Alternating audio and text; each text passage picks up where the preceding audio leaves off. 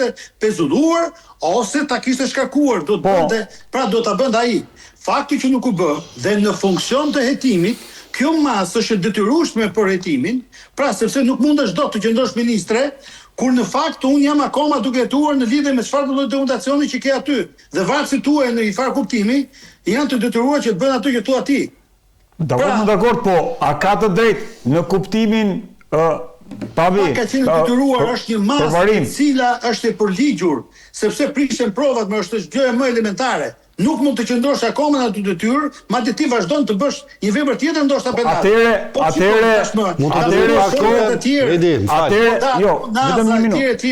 Atëherë s'ka kërkoj imunitetin.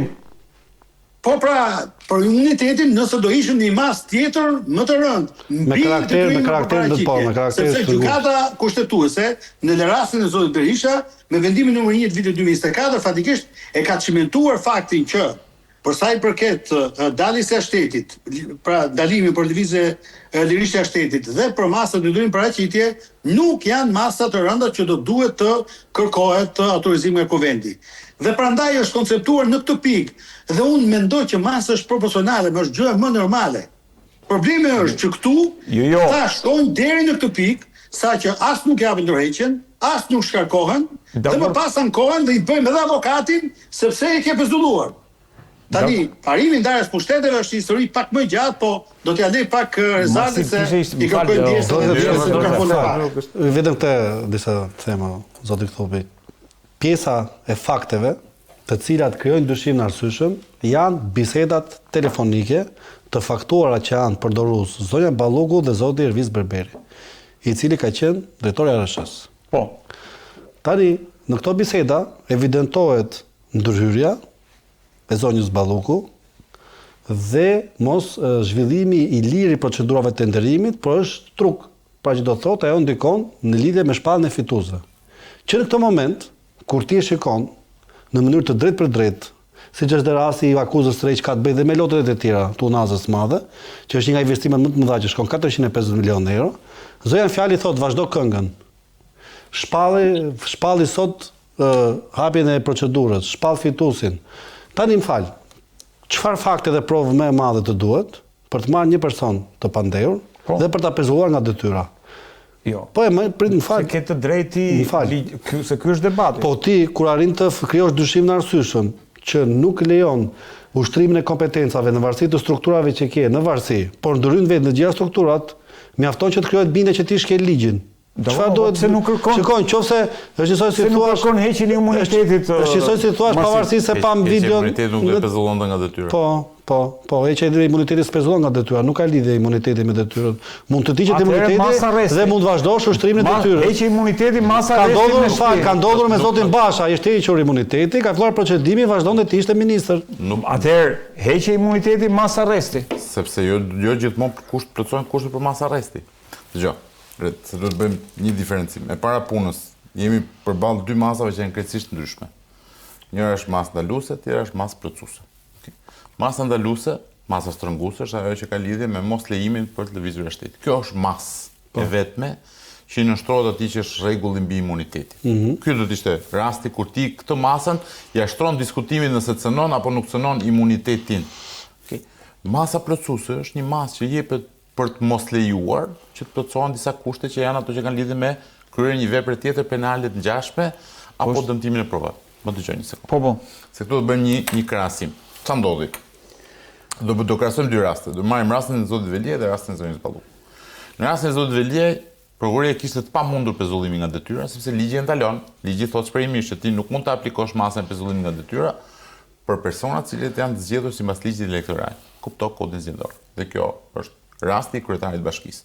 Dhe në rastin e kryetarit bashkisë, SPAK-u, për shkak se nuk kishte mundësi të pezullonte ushtrimin e funksionit, dhe kur themi ushtrimin e funksionit do të thotë dhe kryerjen e veprave tjera penale gjatë ushtrimit të detyrës, ndërkohë që ti akuzohesh apo hetohesh për kryerjen e këtyre veprave gjatë ushtrimit të detyrës, rezultanti ai ishte që duke qenë se nuk plotësoi, nuk kishin këtë mundësi ligjore, shkuan drejt masës arrestit, që është masa që i kufizonte de facto ushtrimin e funksionit. Në rastin e zonjës Balloku, çështja është krejt ndryshe. Do thotë, ndoshta dhe rëndësia e veprës penale dhe lloji i provave që spaku kishte, nuk shkonte drejt masës arrestit, po shkonte tek një masë që e kufizonte atë në mundësinë për të vazhduar ushtrimin e funksionit dhe në ushtrimin e këtij funksionit mundësinë për të kryer një vepër tjetër penale. Çështja nuk është këtu. Realisht, sepse po ta shikojmë si po zhvillohen ngjarjet, kundërshtari i masës nuk është personi në netim zonja Balluku.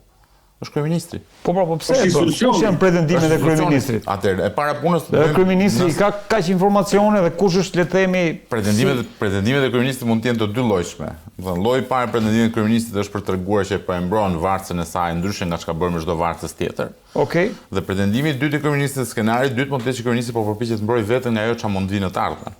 Jo, pyetje. A nuk është funksion kushtetues zëvendës kryeministri? Është funksion kushtetues. Por është një A nuk është një funksion kushtetues i zgjedhur nga parlamenti, i konfirmuar nga parlamenti? Nuk është i zgjedhur. Nëse do marrim kushtetutën, kushtetuta jon thot, në 98, thot, kryeministri dhe ministrat emërohen me dekret presidentit të Republikës me propozim të kryeministrit. Dhe këtu nuk votohen në parlament? Një sekond, prit mos e emërohen me dekret, votohet dekreti në parlament. Emërimin e bën presidenti i Republikës. Kjo është procedura. Procedura është kryeministri propozon, presidenti dekreton, dekreti shkon për miratim në parlament.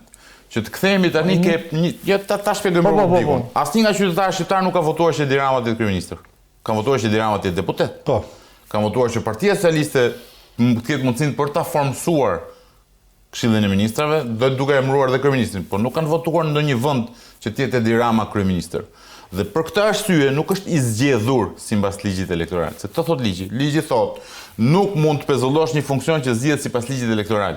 Që do të thotë, të vetmet funksione që ligji elektoral njeh janë anëtarët e Këshillit Bashkiak që zgjidhen nominalisht, deputetët që zgjidhen nominalisht dhe kryetarët e bashkive.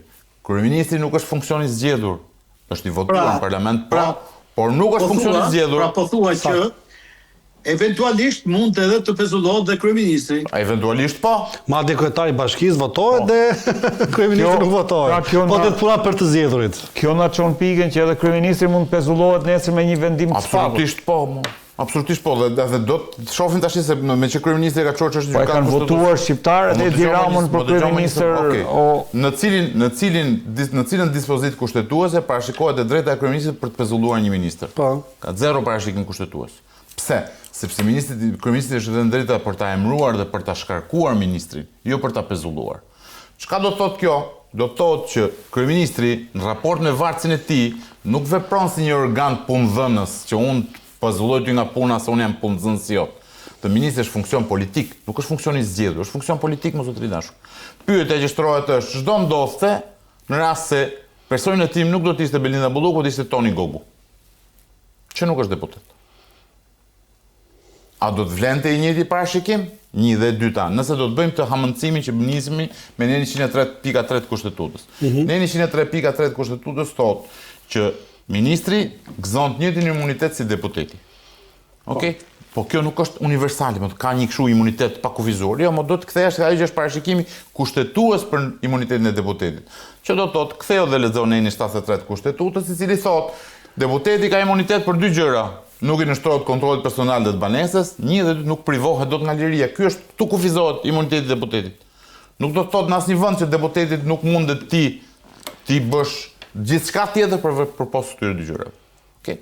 Deputeti gëzon një imunitet tjetër që e ka nga kodi i procedurës penale, që thotë ndaj deputetit ti nuk mund të marrësh mazën e pezullimit nga detyra sepse është i zgjedhur sipas kodit zgjedhor.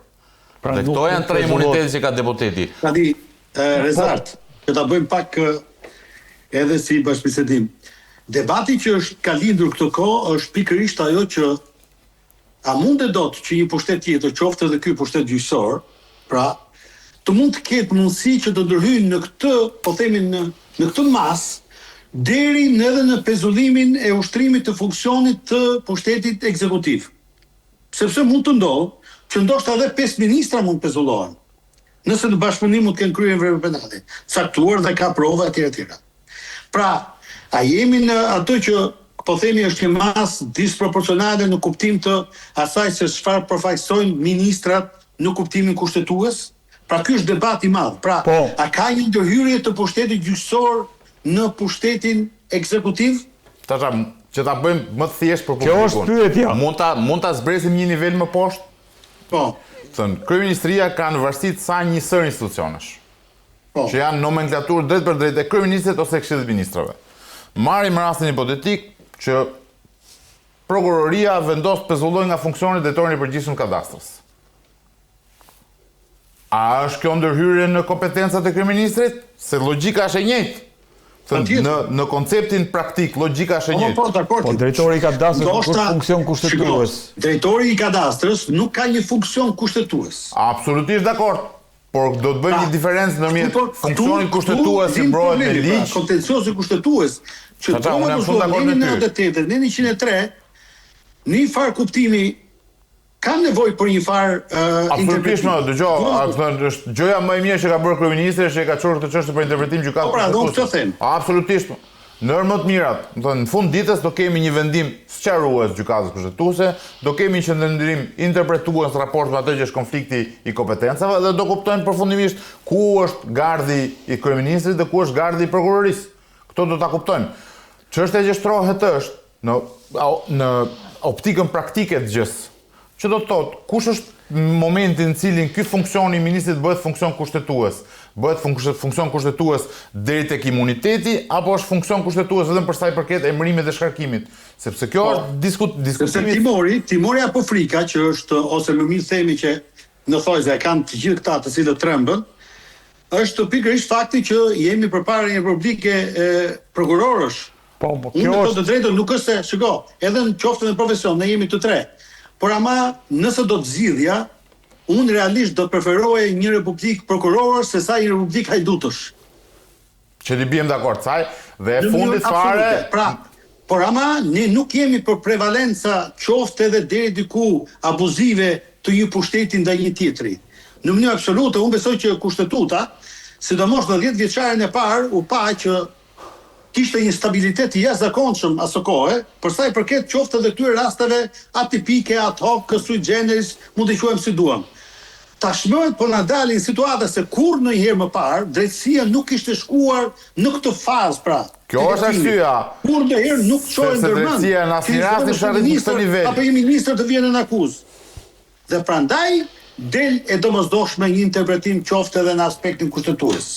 Unë jam shumë dakord me çfarë problemi që kam. Dakord, pse nuk kërkon pyetja ime Rezar se unë jam domodin këtu më i dobti juridikisht tek gjëja. Pyetja ime është pse nuk kërkon, fjala vjen spak heqjen e imunitetit dhe arrest shtëpie për Ballukun dhe bien të gjitha këto pretendime që kemi dhe kryeministri nuk ka çfarë thot në këtë pikë. Kjo është pyetje, cilës ne nuk mund të japim përgjigje për sa kohë nuk kemi dosjen e plotë përpara. Jo, më sisoj se themi pse u shkon prap NASA 9 përdesa ka shkuar në 1972. Nuk mund të japësh përgjigje kësaj pyetje pa pasur dosjen. Kushtet e është e rëndësishme pse zgjodhi këtë taktikë spaku, këtë strategji spaku, ka legitimitetin vetë prokurorit çështës. Prokurori çështës vlerëson. Ka të sigurt jeni që mund të jepë autorizimin nga kuvendi?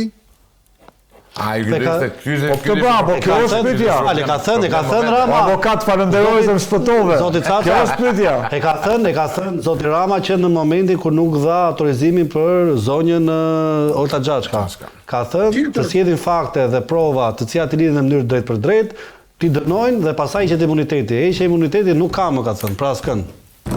Me procedurë nuk ka më heqje. E ka deklaruar publikisht me këtë. Prandaj po them. Prandaj e bëj këtë pyetje. Pra do thotë që edhe po ta kërkonte nuk doja ishte imunitetin sepse ka numrat. Dhe është në lojën e vet procedurale. Absolutisht është. Nuk është proceduralisht është në rregull. Ligjërisht dhe politikisht është nuk qëndron. Jo, ka një gjë politikisht. Po të kujtoni në kohën e zotit Berisha, politikisht u mori një vendim, qoftë edhe politikisht ose një deklarim publik, që sa herë që prokuroria do kërkojë heqjen e imunitetit, ne do ta japim atë. Pra ishte një betim, një premtim solemn ose më themi i cili deri diku është mbajtur. Në rastin e zotit Rama, ne kemi parë që nuk ndodhin gjë të tillë. Prandaj mund të ketë qenë, po themi edhe kjo pjesa ndoshta është pa më e përshtatshme, ky lloj mënyre për sa i përket masave ndaluese, kufizuese etj. Duhet. Kemi një problem që kemi problem si shoqëri. Do të them për fatin ton të keq me fit. Ne tentojmë të zgjidhim me ligj diçka që duhet zgjidhet me moral. Po tani. Jo, po se Mund pretendojmë se njerëzit janë gjithë moralshëm. Gjë një sekondë. Ligji prandaj është aty. Ligji është derivat i moralit. Ligji nuk vjen kështu nga hapësira. Ka ca rregulla shoqërore që janë morali shoqëror që prodhojnë pastaj edhe kodifikimin ligj. Kështu ka filluar. Rregulla. Po nejse, po merret me pamoralshmërinë kryesisht, po gjithsesi. Jo, nuk është kështu. Ligji është një rregull i caktuar që ne kemi rënë dakord se ta aplikojmë në këtë formë dhe bijmë dakord gjithë bashkë pastaj që ta shkruajmë. Okej. Rregulli moral, dhe këtu është pika në cilën unë ja drejt Spakut, do kërkonte që çdo zyrtar i Republikës së Shqipërisë, pavarësisht nivelit hierarkik që ai ka në administratën publike, në momentin që është në një procedurë hetimore, të zhvishet nga vestura politike dhe administrative që ka dhe të përballet me drejtësinë si qytetari. Qoftë kur është i pandehur, një instant, po themi pothuajse avancuar, je në proces. Paruar, i përfunduar, nuk ke shtetas në tim. Kemi proces praktikisht. Je i pandehur që do të thotë që ekzistojnë elementet, pra fakti që të kanë marrë pandehur për prokurorinë ekzistojnë ose është dyshim që ka elemente verbës penale. Dhe në këtë pikë, kjo duhet ndodhi. Shqipëri nuk ndodhi me zotin Veliaj, nuk ndodhi me zotin Ballukun, nuk ndodh me asnjë zyrtar të Republikës së Shqipërisë. Çdo zyrtar i Republikës së Shqipërisë që është në hetim, që është i pandehur, vazhdon të qëndrojë në detyrë. Tash duhet të caktojmë ca limite morale. Moralisht duhet të themi që zotëri dashur, kushdo që është në detyrë, është i pafajshëm, nuk po e themi që është fajtor, është i pafajshëm. Po për respekt qytetarëve dhe në të interesit qytetar duhet shkojë të përballet me drejtësinë nga pozicioni i qytetarit, jo nga pozicioni i administratorit publik apo i të veshurit me pushtetin politik. Kjo duhet ndodhi. Dhe duke qenë se këtë kulturën nuk e kemi, atëherë kthehemi pastaj dhe bëjmë debat mbi gërmën e ligjit, debat mbi gërmën e ligjit. Hajde diskutojmë, është kjo presja apo nuk është kjo presja këtu?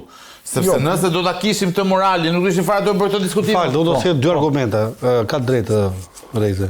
Te kjo pjesë po do të sjell dy argumente. Nëse Rama shqetësohet kaq shumë në lidhje me kompetencat ligjore dhe me balancën e pushteteve, ai vet nuk e pasyron këtë me mënyrën se si ndërmerr veprimet e veta, sepse ka më legjitimitet dhe është i zgjedhur drejt për drejt nga populli dhe ka vullnet kryetari bashkisë më shumë se i ministër.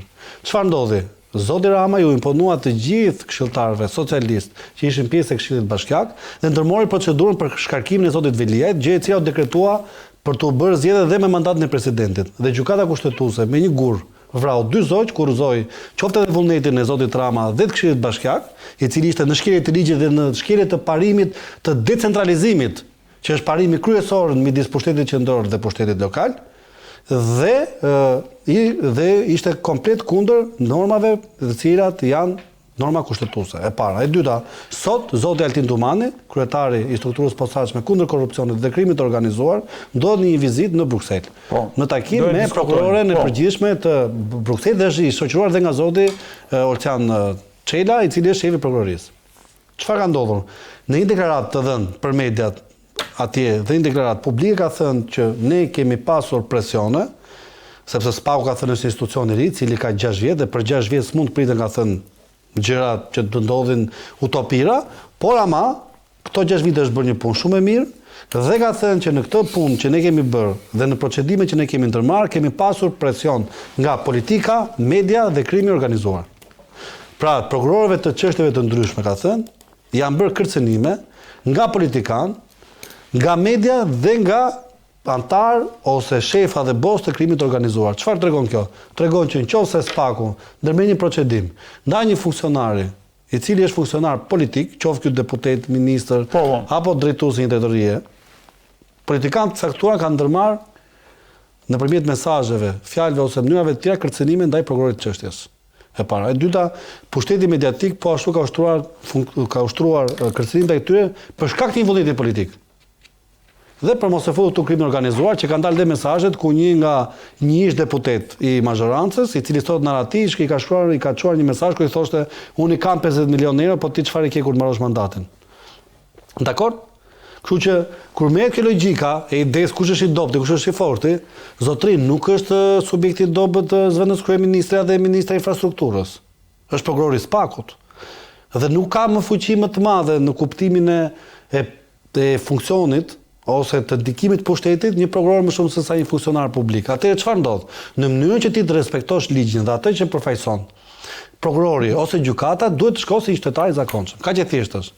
Në mënyrë që veprimet e tua mos ndikojnë në lidhje me fashikullin e timor. E para. E dyta, nëse ti ke ndërgjegjen edhe bindjen e vullnetit tënd që je i pafajshëm ose nuk e konsumuar figurë vepre penale, a je i qetë në mënyrë se si zbatohet procedimi ndaj teje, shtisoj si ne mos kemi vjedhur të na thonë që në orën 8:30 kur fillon emisioni, deri në 11 duke keni qenë për shembull duke kryer një vjedhje. Je i qetë, vazhdo kryej inspektimin e thua. Duhet paraqitesh, po do paraqiten. Duhet merren kamera, duhet urdhëron merri kamerat.